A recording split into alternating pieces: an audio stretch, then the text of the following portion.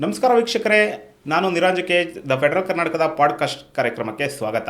ಇನ್ನೇನು ಕೆಲವೇ ಕ್ಷಣಗಳಲ್ಲಿ ಕೇಂದ್ರ ವಿತ್ತ ಸಚಿವರಾದಂಥ ನಿರ್ಮಲಾ ಸೀತಾರಾಮನ್ ಅವರು 9ನೆಯ ಕೇಂದ್ರ ಬಜೆಟನ್ನು ಮಂಡನೆ ಮಾಡ್ತಾ ಇದ್ದಾರೆ. ದೇಶಾದ್ಯಂತ ಜನರು ಭಾಳಷ್ಟು ನಿರೀಕ್ಷೆಗಳನ್ನ ಕೂಡ ಇಟ್ಕೊಂಡಿದ್ದಾರೆ. ಈ ಬಜೆಟ್ ಕುರಿತಾದಂತಹ IT-BT ಕ್ಷೇತ್ರಕ್ಕೆ ಹಾಗೂ ಮೂಲಸೌಕರ್ಯಕ್ಕೆ ಬಜೆಟ್ನಲ್ಲಿ ಏನೆಲ್ಲ ಸೌಕರ್ಯಗಳನ್ನ ನೀಡ್ತಾರೆ, ಏನೆಲ್ಲ ವಿಶೇಷ ಅನುದಾನಗಳನ್ನ ನೀಡ್ತಾರೆ ಅನ್ನೋದ್ರ ಬಗ್ಗೆ ನಮ್ಮ ಸಹೋದ್ಯೋಗಿಗಳಾದಂಥ ಪ್ರಭುಸ್ವಾಮಿ ನಾಟೇಕರ್ ಅವರು ಈಗ ನಮ್ಮ ಜೊತೆ ಇದ್ದಾರೆ. ಅವ್ರ ಜೊತೆ ಮಾತಾಡೋಣ, ಏನೆಲ್ಲ ವಿಶ್ಲೇಷಣೆಗಳನ್ನ ಕೂಡ ಕೊಡ್ತಾರೆ. ಸರ್ ನಮಸ್ಕಾರ, ಕಾರ್ಯಕ್ರಮಕ್ಕೆ ಸ್ವಾಗತ. ಸರ್, ಈಗ ಈ ಒಂದು ಬಜೆಟ್ ವಿಶೇಷವಾದದ್ದು 2026-27ನೇ ಸಾಲಿನ ಈ ಬಜೆಟ್ನಲ್ಲಿ IT-BT ಕ್ಷೇತ್ರಗಳಿಗೆ ಪ್ರಮುಖವಾದ ನಿರೀಕ್ಷೆಗಳು ಏನೇನು ಇಟ್ಕೊಂಡಿರ್ಬೋದು ಸರ್? ಸರ್, ಮೊದಲು IT-BTಗಳಿಗೆ ಈಗ ದೇಶಾದ್ಯಂತ IT-BTಗಳು ತುಂಬಾ ಬೆಳವಣಿಗೆ ಆಗ್ತಾ ಇದ್ದಾವೆ ಪ್ರತಿ ಕ್ಷೇತ್ರದಲ್ಲೂ. ಸಾಮಾನ್ಯವಾಗಿ IT-BT ಕ್ಷೇತ್ರ ನಿರೀಕ್ಷೆ ಏನಂದರೆ ಇವರಿಗೆ ತೆರಿಗೆ ಟ್ಯಾಕ್ಸ್ನ ಏನು ರಿಲ್ಯಾಕ್ಸೇಷನ್ ಬೇಕಾಗಿದೆ. ಸೊ ತೆರಿಗೆ ವಿನಾಯಿತಿ ಬಹಳ ಇರ್ತದೆ. ಯಾಕಂದರೆ ಇತ್ತೀಚೆಗೆ ಬುದ್ಧಿಮತ್ತೆಗೆ ಒತ್ತು ಕೊಡೋ ಸಾಧ್ಯತೆ ಇದೆ. ತುಂಬ ಕ್ಷೇತ್ರಗಳಲ್ಲಿ ಎಲ್ಲ ನಿಮಗೆ ಪ್ರತಿ ಕ್ಷೇತ್ರದಲ್ಲೂ ಕೃತಕ ಬುದ್ಧಿಮತ್ತೆ ಅನ್ನೋದು ವ್ಯಾಪ್ಸಿ ನಿಂತಿದೆ. ಸೊ ಇದಕ್ಕೆ ಹೆಚ್ಚಿನ ಒತ್ತು ನೀಡೋ ಒಂದು ನಿರೀಕ್ಷೆ ಇಟ್ಕೊಂಡಿದ್ದಾರೆ. ಸೊ ತೆರಿಗೆ ವಿನಾಯಿತಿ ಕೊಟ್ಟರೆ ನಾವು ಹೆಚ್ಚು ಇನ್ನೂ ಆ ತಂತ್ರ IT-BTಯಲ್ಲಿ ಆಗ್ಬೋದು, ಮತ್ತು ಸ್ಟಾರ್ಟಪ್ಗಳಿಗೆ ಹೆಚ್ಚು ಒತ್ತು ಕೊಡೋದಕ್ಕೆ ಸಾಧ್ಯ ಆಗುತ್ತೆ. ಸೊ ಅದೇ ಕಾರಣಕ್ಕಾಗಿ ಪ್ರತಿ ಒಂದು IT ವಲಯವು ಏನಾಗಿದೆ, ನಾವು ತೆರಿಗೆ ಏನಾಗ್ಬೋದು ಅನ್ನೋ ಒಂದು ನಿರೀಕ್ಷೆ ನಿಂತಿದೆ. ಸೊ ತೆರಿಗೆ ವಿನಾಯಿತಿ ಕೊಡ್ತಾರಾ ನಿರ್ಮಲಾ ಸೀತಾರಾಮನ್ ಅವರು ಅಥವಾ ಇಲ್ವಾ ಅನ್ನೋ ಒಂದು ಕುತೂಹಲ ಮೂಡಿದೆ. ಸ್ಟಾರ್ಟಪ್ಗಳಿಗೆ ಸಂಬಂಧಿಸಿದಂತೆ ಉದ್ಯೋಗಿ ಸ್ಟಾಕ್ ಯೋಜನೆ ಅನ್ನೋದೊಂದು ಯೋಜನೆ ಇದೆ. ಇದ್ರ ಬಗ್ಗೆ ಹೇಳೋದಾದರೆ ಸರ್, ನಿಮಗೆ ಸ್ಟಾರ್ಟ್ ಯೋಜನೆ ಇದೆಯಲ್ಲ, ಸೊ ಇದು ಒಂದು ಕಂಪನಿಯ ನಾವು ಒಂದು ಶೇರ್ ಹೋಲ್ಡರ್ ಆಗಿರ್ತೀವಿ. ಸೊ ಈ ಶೇರ್ ಹೋಲ್ಡರ್ಗಳಿಗೆ ನಾವು ಆ ಕಂಪನಿ ಮಾಲೀಕತ್ವನ ಪಡ್ಕೊಳಕ್ಕಾಗುತ್ತೆ. ಸೊ ಇದರಿಂದ ನೌಕರರು ಹೆಚ್ಚಿನ ಪ್ರತಿಭಾನ್ವಿತ ನೌಕರರು ಹೊರಗೆ ಬರ್ತಾರೆ. ಸೊ ನೌಕರರು ಭಾಳ ಅನುಕೂಲ ಆಗುತ್ತೆ. ಸೊ ಈ ದೃಷ್ಟಿಯಿಂದ ಇದನ್ನು ನಾವು ಕೊಡಬೇಕು ಅನ್ನೋದು ಭಾಳ ನಿರೀಕ್ಷೆಯನ್ನು ಇಟ್ಕೊಂಡಿದ್ದೀವಿ. ಸೊ ಇದೇನಾದರೂ ಬಜೆಟಲ್ಲಿ ಏನಾದರೂ ಈ ಯೋಜನೆ ಏನಾದರೂ ಘೋಷಣೆ ಆದರೆ ಸೊ ಷೇರುದಾರರು ಕಂಪನಿಯ ಅವರು ಸಹ ಮಾಲೀಕರಾಗೋ ಸಾಧ್ಯತೆ ಇದೆ. ಸೊ ನಾವು ಸಹ ಷೇರುದಾರ ಆಗ್ತೀವಿ ಕಂಪ್ನಿಗೆ. ಸೊ ನಿಮ್ಮ ಷೇರುದಾರ ಆದರೆ ಆಟೋಮೆಟಿಕಲಿ ನಾವೇನಾಗ್ತೀವಿ, ಈಗ ಯಾವುದೇ ಕಂಪ್ನಿ ನಾವು ಶೇರ್ ಹೋಲ್ಡರ್ ಅಂದರೆ ಇದು ನನ್ನ ಕಂಪನಿ ಅನ್ನೋ ಕೆಲಸ ಮಾಡ್ತೀವಿ ನಾವು. ಸೊ ನನ್ನ ಕಂಪ್ನಿ ಕೆಲಸ ಮಾಡಿದಾಗ ಏನಾಗುತ್ತೆ, ಕಂಪ್ನಿ ಅಭಿವೃದ್ಧಿ ಆಗುತ್ತೆ. ಸೊ ಅಭಿವೃದ್ಧಿ ಆಗ್ತಾ ನಿಮಗೆ ಬಂಡವಾಳಗಳು ಹೂಡಿಕೆ ಜಾಸ್ತಿ ಆಗ್ತಾ ಹೋಗುತ್ತೆ, ಆರ್ಥಿಕತೆ ಅಭಿವೃದ್ಧಿ ಆಗುತ್ತೆ. ಸೊ ಈ ನಿಟ್ಟಿನಲ್ಲಿ ಇದೊಂದು ಕೇಂದ್ರ ಸರ್ಕಾರದ ಚಿಂತನೆ ಆಗಿದೆ. ಸೊ ಇದನ್ನೇನು ಮಾಡ್ತಾರೆ ಅನ್ನೋದನ್ನು ನಾವು ಕಾದು ನೋಡಬೇಕಾಗಿದೆ. ಈ ಸ್ಟಾರ್ಟ್ ಆಫ್ ಇಂಡಿಯಾದ ಸೀಡ್ ಫಂಡ್ ಯೋಜನೆ ಅಂತ ಒಂದಿದೆ, ಇದ್ರ ಬಗ್ಗೆ ಹೇಳೋದಾದರೆ ಸರ್, ಈ ಸ್ಟ್ರೀಟ್ ಫಂಡ್ ಯೋಜನೆ ಅನ್ನೋದು 2021ರಲ್ಲಿ ಶುರುವಾಗುತ್ತೆ. ಸೊ 21 ಶುರುವಾಗಿದ್ದ ಇದು 25ಕ್ಕೆ ಲಾಸ್ಟ್ ಡಿಸೆಂಬರ್ ಮುಕ್ತಾಗಿದೆ. ಇದರಲ್ಲಿ ಸರಿಸುಮಾರು 945 ಕೋಟಿ ರೂಪಾಯಿ ಮೀಸಲಿಟ್ಟಿದ್ರು. ಸೊ ಈ ಯೋಜನೆಯನ್ನು ವಿಸ್ತರಣೆ ಮಾಡ್ತಾರೋ ಇಲ್ವೋ ಅನ್ನೋದು ಒಂದು ಕುತೂಹಲ. ಈಗ ಸಪೋಸ್ ಮತ್ತೆ ಏನಾದರೂ ವಿಸ್ತರಣೆ ಮಾಡಿದ್ರೆ ಸ್ಟಾರ್ಟಪ್ ಕಂಪ್ನಿಗಳು ಸಹ ಹೆಚ್ಚು ಮತ್ತೆ ಒತ್ತು ಕೊಟ್ಟಂಗಾಗುತ್ತೆ. ಇನ್ನೂ ಅವರಿಗೆ ಹೆಚ್ಚು ಸ್ಟಾರ್ಟಪ್ಗಳು ಶುರುವಾಗೋದಕ್ಕೆ ಇದೊಂದು ಉತ್ತೇಜನ ಆಗುತ್ತೆ. ಸೊ ಇದು ಭಾಳ ಅನುಕೂಲಕರವಾದದ್ದು. ಇದನ್ನು ಮುಂದುವರಿಸ್ತಾರ ಇಲ್ಲ ಅನ್ನೋದು IT ಉದ್ಯಮದಲ್ಲಿ ಭಾಳ ಕುತೂಹಲಕರವಾಗಿದೆ ಇದು.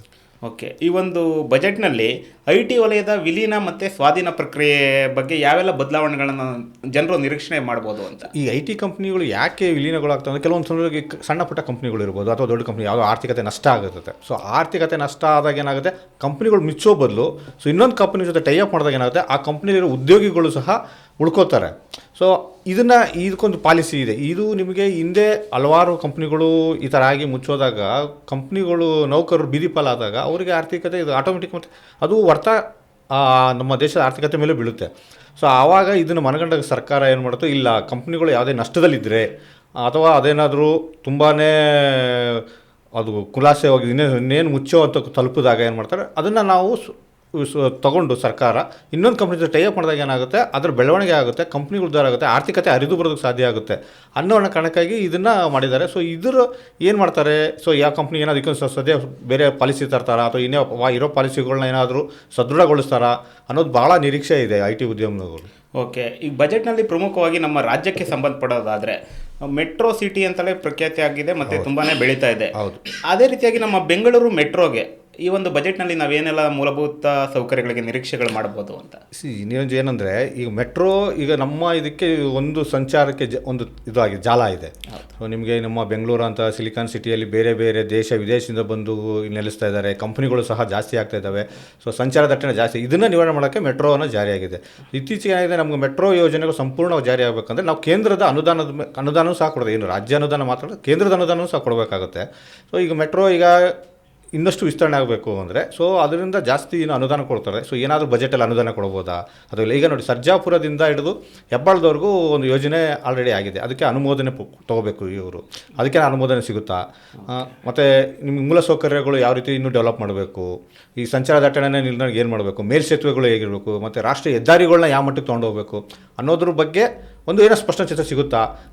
ನಮ್ಮ ರಾಜ್ಯಕ್ಕೆ ಅಥವಾ ಬೆಂಗಳೂರಿಗೆ ಏನಾದರೂ ಘೋಷಣೆ ಆಗುತ್ತಾ ಅನ್ನೋದು ಸಹಜವಾಗಿ ಕುತೂಹಲ ಇರುತ್ತೆ. ಸೊ ನಮ್ಮ ರಾಜ್ಯದ ಜನತೆ ಆಗಲಿ, ರಾಜ್ಯ ಸರ್ಕಾರ ಆಗಲಿ, ಈ ನಿಟ್ಟಿನಲ್ಲಿ ನಮ್ಮ ರಾಜ್ಯಕ್ಕೆ ಕೇಂದ್ರದಿಂದ ಏನು ಸಿಗಬಹುದು ಅನ್ನೋ ಒಂದು ನಿರೀಕ್ಷೆ ಅಂತೂ ಇದ್ದೇ ಇದೆ. ಓಕೆ, ಇದೇ ರೀತಿಯಾಗಿ ಲಾಸ್ಟ್ ಟೈಮು ಎಲ್ಲೋ ಲೈನ್ ಉದ್ಘಾಟನೆಗೆ ನರೇಂದ್ರ ಮೋದಿ ಅವರು ಬಂದಾಗ ಬೆಂಗಳೂರು ಅತ್ಯಂತ ವೇಗವಾಗಿ ಬೆಳೀತಾ ಇದೆ ಅಂತ ಹೇಳಿದರು. ಅದೇ ರೀತಿಯಾಗಿ ನಮ್ಮ ರಾಜ್ಯದಿಂದಲೇ ರಾಜ್ಯಸಭೆಗೆ ಆರಿಸಿ ಹೋಗಿರ್ತಕ್ಕಂಥ ನಿರ್ಮಲಾ ಸೀತಾರಾಮನ್ ಅವರು ಬೇರೆ ಈಗ ಬಜೆಟ್ ಮಂಡನೆ ಮಾಡೋದ್ರಿಂದ ನಮ್ಮ ಸಿಲಿಕಾನ್ ಸಿಟಿಗೆ ಮೂಲಭೂತ ಸೌಕರ್ಯಕ್ಕೆ ಯಾವೆಲ್ಲ ರೀತಿಯಾದಂತಹ ಒಂದು ಪ್ರೋತ್ಸಾಹ ಕೊಡ್ಬೋದು ಅಥವಾ ಅನುದಾನಗಳು ಬರ್ಬೋದು ಅಂತ? ಈಗ ನೋಡಿ, ಈಗ ನಮಗೆ ಏನಾಗುತ್ತೆ, ಈಗ ನಮಗೆ ಸೊ ನಾವೇನೋ ಒಂದು ನಿರೀಕ್ಷೆ ಸಹಜವಾಗಿರುತ್ತೆ. ಈಗ ಸಿದ್ದರಾಮಯ್ಯ ಅವರು ಆರೋಪ ಮಾಡ್ತಾರೆ, ನಮಗೆ ಅನುದಾನ ಕೊಡ್ತಾ ಇಲ್ಲ ಕೇಂದ್ರ ಸರ್ಕಾರ, ಅದು ನಮ್ಮ ನಿರ್ಲಕ್ಷ್ಯ ಮಾಡಿದೆ. ಯಾಕಂದರೆ ಇದು BJP ಸರ್ಕಾರಲ್ಲಿದೆ, ನಮ್ಮ ಈಗ ಕಾಂಗ್ರೆಸ್ ಸರ್ಕಾರ ನಿರ್ಲಕ್ಷ್ಯ ಮಾಡ್ತಾರೆ ಅನ್ನೋದು ಸರ್ಕಾರನ ಒಂದು ಯಾವತ್ತು ಆರೋಪ. ಇದು ಎಲ್ಲ ಪ್ರತಿ ಸರ್ಕಾರದಲ್ಲಿದ್ದಾಗಲೂ ಸಹ ಈ ಆರೋಪಗಳು ಕೇಳಿ ಬಂದೇ ಬರ್ತವೆ. ಅದನ್ನು ಹೊರತುಪಡಿಸಿ ಯಾವುದೇ ಸರ್ಕಾರ, ಕೇಂದ್ರ ಸರ್ಕಾರ ಆಗಲಿ, ಎಲ್ಲ ರಾಜ್ಯಗಳು ಸಮಾನ ಹಂಚಿಕೆ ಮಾಡ್ತವೆ. ನಿಜ, ಈಗ ಕೆಲವೊಂದು ತಾರತಮ್ಯ ಇದ್ದೇ ಇರುತ್ತೆ. ಆದರೆ ನಾವು ನಿರೀಕ್ಷೆ ಮಾಡ್ಕೊಂಡಿದ್ದೀವಿ. ಈಗ ಬೆಂಗಳೂರಿಂದ ಕನಕಪುರದವರೆಗೂ 6 ಪಥ ಮಾಡಬೇಕು ಅಂತ ಅಂದ್ಕೊಂಡಿದ್ದಾರೆ. ಸೊ ಅದಕ್ಕೇನಾದ್ರು ಘೋಷಣೆ ಮಾಡ್ಬೋದಾ? ಅಥವಾ ಇಲ್ಲ ಇದು ನಿಜವಾಗ್ಲೂ ಇವರು ನಮ್ಮ ರಾಜ್ಯದಿಂದ ಆಯ್ಕೆ ಆಗಿದ್ದಾರೆ ನಿರ್ಮಲಾ ಸೀತಾರಾಮನ್ ಅವ್ರು ನಮಗೇನಾದ್ರು ಘೋಷಣೆ ಮಾಡ್ತಾರಾ? ಇಂಥವೆಲ್ಲ ಇರ್ತವೆ. ಇದು ರಾಜಕೀಯವಾಗಿಯೂ ಸಹ ಒಂದು ಚರ್ಚೆಗೆ ಇದಾಗುತ್ತೆ, ಗ್ರಾಸವಾಗುತ್ತೆ ಅದು. ಅದೇ ರೀತಿಯಾಗಿ ನಮ್ಮ ಕೇವಲ ರಾಜಕಾರಣಿಗಳಾಗಿರ್ಬೋದು ಅಥವಾ CM ಆಗಿರ್ಬೋದು, ಯಾರೇ ಆಗಿರ್ಬೋದು, ಕೇವಲ ನಮ್ಮ ಬೆಂಗಳೂರು ಸಿಟಿನೇ ಮಾತ್ರ ಸೆಂಟರ್ ಆಗಿ ಮಾಡಿಕೊಳ್ಳದೆ ನಮ್ಮ ಇತರ ನಗರಗಳನ್ನು ಕೂಡ ಮೂಲಸೌಕರ್ಯವಾಗಿ ಅಭಿವೃದ್ಧಿಪಡಿಸಬೇಕು ಅಥವಾ ಅವುಗಳಿಗೂ ಕೂಡ ಅನುದಾನಗಳನ್ನ ಕೊಡಬೇಕು ಅನ್ನೋದಾದರೆ ಬೆಂಗಳೂರು ಬಿಟ್ಟು ಹೊರಗಡೆ ಯಾವ್ಯಾವ ಭಾಗದಲ್ಲಿ ನಮ್ಮ ರಾಜ್ಯದಲ್ಲಿ ಅನುದಾನಗಳನ್ನ ಕೊಡ್ಬೋದು ಅಂತ? ಈಗ ನೋಡಿ, ಆ್ಯಕ್ಚುಲಿ ಸರ್ಕಾರ ಅದನ್ನೇ, ನಮ್ಮ ಸರ್ಕಾರ ಏನೋ ಒಂದು ಯೋಜನೆ ಇದೆ, ಬಿಯಾಂಡ್ ಬೆಂಗಳೂರು ಅಂತ ಒಂದು ಯೋಜನೆ ಜಾರಿಗೊಳಿಸಿದೆ ನಮ್ಮ ಸರ್ಕಾರ. ಈ ಬಿಯಾಂಡ್ ಬೆಂಗಳೂರು ಉದ್ದೇಶ ಏನು ಅಂದರೆ ಬೆಂಗಳೂರು ಮಾತ್ರ, ಯಾಕಂದ್ರೆ ಬೇರೆ ಎಲ್ಲರೂ ಬಂದು ಇಲ್ಲೇ ಕೆಲಸ ಮಾಡೋದ್ರಿಂದ ಬೇರೆ ಜಿಲ್ಲೆ ಅಭಿವೃದ್ಧಿ. ಒಂದು ಕರ್ನಾಟಕ ಸರ್ವಾಂಗೀಣ ಅಭಿವೃದ್ಧಿ ಅಂದರೆ ಒಂದು ಬೆಂಗಳೂರು ಅಭಿವೃದ್ಧಿ ಅಲ್ಲ, ಅದು ಪ್ರತಿ ಜಿಲ್ಲೆಗಳು ಸಹ ಅಭಿವೃದ್ಧಿ ಆದ್ರೇ ನಮ್ಮದು ಕರ್ನಾಟಕ ಒಂದು ಸರ್ವಾಂಗೀಣ ಅಭಿವೃದ್ಧಿ ಅಂತಾರೆ. ಸೊ ಇದಕ್ಕಾಗಿ ಕೇಂದ್ರ ಸರ್ಕಾರ, ನಮ್ಮ ಸರ್ಕಾರ, ರಾಜ್ಯ ಸರ್ಕಾರ ಏನು ಮಾಡಿದೆ, ತುಮಕೂರಲ್ಲೇ ಆಗ್ಬೋದು, ಮೈಸೂರು, ಬೆಳಗಾವಿ, ಬಿಜಾಪುರ, ಸೊ ಕರಾವಳಿ ಭಾಗದಲ್ಲೂ ಸಹ ಎಲ್ಲ ಕಡೆಯೂ ಕೈಗಾರಿಕೆಗಳಿಗೆ ಉತ್ತೇಜನ ಕೊಡ್ತಾ ಇದೆ. ಇದಕ್ಕೆ ಕೆಲವೊಂದು ಕೇಂದ್ರದಿಂದ ಅನುದಾನ ಬರಬೇಕು. ಸೊ ಸರ್ಕಾರ ಹೇಳ್ತಾ ಇದೆ, ನಾವು ಬೇರೆ ಇತರ ಹೊರ ಬೆಂಗಳೂರನ್ನು ಹೊರತುಪಡಿಸಿ ಇತರ ಜಿಲ್ಲೆಗೆ ಅಭಿವೃದ್ಧಿಪಡಿಸ್ತೀವಿ, ಇದಕ್ಕೆ ಕೆಲವೊಂದು ಅನುದಾನಗಳನ್ನ ಕೊಡಿ. ಸೊ ಅನುದಾನ ಹೆಚ್ಚು ಕೊಡ್ತಾರೋ ಕೇಂದ್ರದಿಂದ, ನಾವು ಸಹ ಅಷ್ಟು ಯೋಜನೆಗಳು ಜಾರಿ ಮಾಡೋದಕ್ಕೆ ಸುಲಭವಾಗುತ್ತೆ. ಸೊ ಹಂಗಾಗಿ ಬೆಂಗಳೂರು ಹೊರತುಪಡಿಸಿ ಕೇಂದ್ರ ಸರ್ಕಾರ ಏನು ಯೋಜನೆ ರೂಪಿಸಿದೆ, ಹೊರ ರಾಜ್ಯಗಳಿಗೂ ಹೊರ ಜಿಲ್ಲೆಗಳಿಗೂ ನಾವು ಯೋಜನೆಗಳನ್ನ ತೊಗೊಂಡೋಗ್ತೀವಿ ಅನ್ನೋದಕ್ಕೆ. ಸೊ ಇದನ್ನು ಆಲ್ರೆಡಿ ಮೊನ್ನೆ ಇತ್ತೀಚೆಗೆ ನೀವು ನೋಡಿರ್ಬೋದು, DK ಶಿವಕುಮಾರ್ ಆಗಿರ್ಬೋದು, MB ಪಾಟೀಲ್ ಆಗಿರ್ಬೋದು, ಕೇಂದ್ರಕ್ಕೆ ಹೋಗಿ ಮನವಿ ಸಲ್ಲಿಸಿದ್ದಾರೆ. ಸೊ ನಮಗೆ ಬೇರೆ ಬೇರೆ ಜಿಲ್ಲೆಗಳಲ್ಲಿ ನಾವು ಈ ಥರ ಕೈಗಾರಿಕಾ ಅಭಿವೃದ್ಧಿ ಮಾಡ್ತೀವಿ, ಪ್ರತಿಯೊಂದು ಕ್ಷೇತ್ರದಲ್ಲೂ IT ಆಗ್ಬೋದು ಅಥವಾ ನಿಮಗೆ ಕೃಷಿ ಕ್ಷೇತ್ರದಲ್ಲಾಗ್ಬೋದು. ಸೊ ಏನೇನು ಸಂಬಂಧಪಟ್ಟಂತೆ ಅಭಿವೃದ್ಧಿ ಮಾಡೋದು ಅದನ್ನೆಲ್ಲ ನಾವು ಮಾಡ್ತೀವಿ, ನಮಗೆ ಅನುದಾನ ಕೊಡಿ ಅಂತ ಹೇಳಿ ಬೇಡಿಕೆ ಮಾಡಿದ್ದಾರೆ. ಸೊ ಆ ಬೇಡಿಕೆಗೆ ಕೇಂದ್ರ ಸರ್ಕಾರ ಸ್ಪಂದಿಸುತ್ತೋ ಇಲ್ಲವೋ ಅನ್ನೋದು ಒಂದು ಕುತೂಹಲ ಇದೆ. ಓಕೆ, ಈ ಒಂದು ಬಜೆಟ್ನಲ್ಲಿ ನಮ್ಮ ರಾಜ್ಯಕ್ಕೆ ವಿಶೇಷವಾದಂಥ ಅನುದಾನ ಸಿಗುತ್ತೆ ಅಥವಾ ವಿಶೇಷವಾಗಿ ಏನಾದರೂ ಬಂಪರ್ ಘೋಷಣೆ ಆಗುತ್ತೆ ಅಂತ ಎಲ್ಲರೂ ಹೇಳ್ತಾ ಇದ್ದಾರೆ. ಇದ್ರ ಬಗ್ಗೆ ಹೇಳೋದಾದರೆ ಏನೆಲ್ಲ ಸಿಗ್ಬೋದು ಅಂತ? ಏನೆಲ್ಲ ಸಿಗ್ಬೋದು ಅನ್ನೋದಕ್ಕಿಂತ ಹೆಚ್ಚಾಗಿ ನಮಗೆ GST ಹೇಗೆ ಕೊಡ್ತಾರೆ ಅನ್ನೋದು ಭಾಳ ಇಂಪಾರ್ಟೆಂಟ್ ಆಗುತ್ತೆ. ಯಾಕಂದರೆ ನೀವು ಇಡೀ ದೇಶದಲ್ಲಿ ಹೋಲಿಸ್ಕೊಂಡ್ರೆ ಕರ್ನಾಟಕ ರಾಜ್ಯ ಅತಿ ಹೆಚ್ಚು ಕೊಡೋದ್ರಲ್ಲಿ ಒಂದು ರಾಜ್ಯ. ಸೊ ನಿಮಗೆ ತೆರಿಗೆ ಕೊಡೋದು ತುಂಬ ಜಾಸ್ತಿ ಕೊಡ್ತಾರೆ. ಸೊ ಯಾವಾಗಲೂ ಅಷ್ಟೇ ನಮಗೂ ಕೊಡಿ ಅಂತ ಕೇಳ್ತಾರೆ. ಸೊ ಹಂಗಾಗಿ ನಮಗೆ ನಿರೀಕ್ಷೆಯನ್ನು IT ಮತ್ತು ಮೂಲಸೌಕರ್ಯಗಳಿಗೆ ಏನು ಅಂದರೆ, ಒಂದು IT ಏನಾದರೂ ವಿನಾಯಿತಿ ಸಿಗುತ್ತಾ, ತೆರಿಗೆ ವಿನಾಯಿತಿ ಸಿಗುತ್ತಾ, ಅಥವಾ ಮೂಲಸೌಕರ್ಯ ಅಭಿವೃದ್ಧಿಗಳಿಗೆ, ರಾಷ್ಟ್ರೀಯ ಹೆದ್ದಾರಿಗಳಿಗೆ ಹೆಚ್ಚಿನ ಅನುದಾನ ಕೊಡ್ತಾರಾ, ಇನ್ನೂ ಯೋಜನೆಗಳು ವಿಸ್ತರಣೆ ಮಾಡ್ತಾರಾ, ಅಥವಾ ಏನಾದರೂ ಮೆಟ್ರೋಗೆ ಇನ್ನಷ್ಟು ಬೇಗ ಅನುಮೋದನೆಗಳು ಕೊಡಬೇಕಾಗಿದೆ, ಪೆಂಡಿಂಗ್ ಇರೋ ಅನುಮೋದನೆಗಳು ಅದನ್ನು ಸಹ ಕೊಡ್ತಾರಾ ಅನ್ನೋದು ಸಹ ನಾವು ನಿರೀಕ್ಷೆ ಇಟ್ಕೊಂಡೆ. ರಾಜ್ಯ ಸರ್ಕಾರ ಈ ಕ್ಷೇತ್ರ ವಲಯದಲ್ಲಿ ನಿರೀಕ್ಷೆ ಇಟ್ಕೊಂಡಿದೆ. ಸೊ ಈ ಎಲ್ಲ ನಿರೀಕ್ಷೆಗಳಿಗೆ ಏನು ನಿರ್ಮಲಾ ಸೀತಾರಾಮನ್ ಅವರು ಕೊಡ್ತಾರೆ ಅನ್ನೋದ್ರ ಮೇಲೆ ನಮ್ಮ ನಿರೀಕ್ಷೆಗಳು ಈಡೇರಿಕೆ ಆಗಿದೆಯೋ ಇಲ್ವೋ ಅನ್ನೋದು ಗೊತ್ತಾಗುತ್ತೆ. ವೀಕ್ಷಕರೇ, ಇದಿಷ್ಟು IT ವಲಯ ಹಾಗೂ ನಮ್ಮ ರಾಜ್ಯದ ಮೂಲಸೌಕರ್ಯಕ್ಕೆ ಕೇಂದ್ರ ಬಜೆಟ್ನಲ್ಲಿ ಏನೆಲ್ಲ ಅನುದಾನಗಳು ಬರ್ಬೋದು ಅಥವಾ ವಿಶೇಷವಾದ ಘೋಷಣೆಗಳು ಮಾಡ್ಬೋದು ಅಂತ ನಮ್ಮ ಸಹೋದ್ಯೋಗಿಗಳಾದ ಪ್ರಭು ಸ್ವಾಮಿ ನಾಟಕರ್ ಅವರು ಸವಿಸ್ತರವಾಗಿ ತಿಳಿಸ್ಕೊಟ್ಟಿದ್ದಾರೆ. ಇದಿಷ್ಟು ಇವತ್ತಿನ ಪಾಡ್ಕಾಸ್ಟ್ನ ವಿಶೇಷವಾಗಿತ್ತು.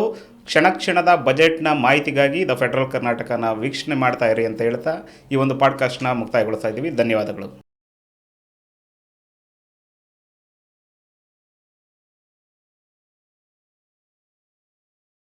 ಹೆಚ್ಚಿನ ಸುದ್ದಿ ಅಪ್ಡೇಟ್ಗೆ ಈಗಲೇ ದ ಫೆಡರಲ್ ಕರ್ನಾಟಕ ಯೂಟ್ಯೂಬ್ ಪೇಜನ್ನು ಸಬ್ಸ್ಕ್ರೈಬ್ ಮಾಡಿ.